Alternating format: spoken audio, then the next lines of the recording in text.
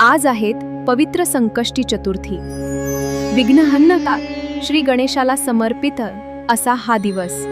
असं मानलं जातं की या दिवशी मनापासून केलेली प्रार्थना गणराय नक्की ऐकतो. आपल्या आयुष्यात कधी अडचणी येतात, कधी मनात भीती असते, कधी खूप प्रयत्न करूनही यश मिळत नाही. अशा वेळी आपण एकच नाव घेतो, गणपती बाप्पाद मोरया.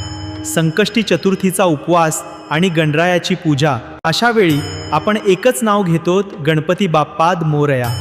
संकष्टी चतुर्थीचा उपवास आणि गणरायाची पूजा भक्ताच्या आयुष्यातील संकट दूर करण्याची शक्ती ठेवते, असं आपल्या परंपरेत सांगितलं आहे.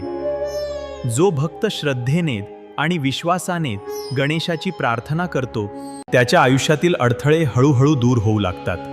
चला, या पवित्र दिवशी मनापासून गणरायाला प्रार्थना करूया.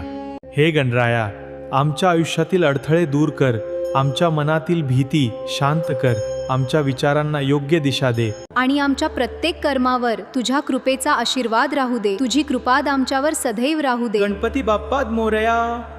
मंगलमूर्ती मोरया, गणपती बाप्पाद मोरया. मंगलमूर्ती मोरया.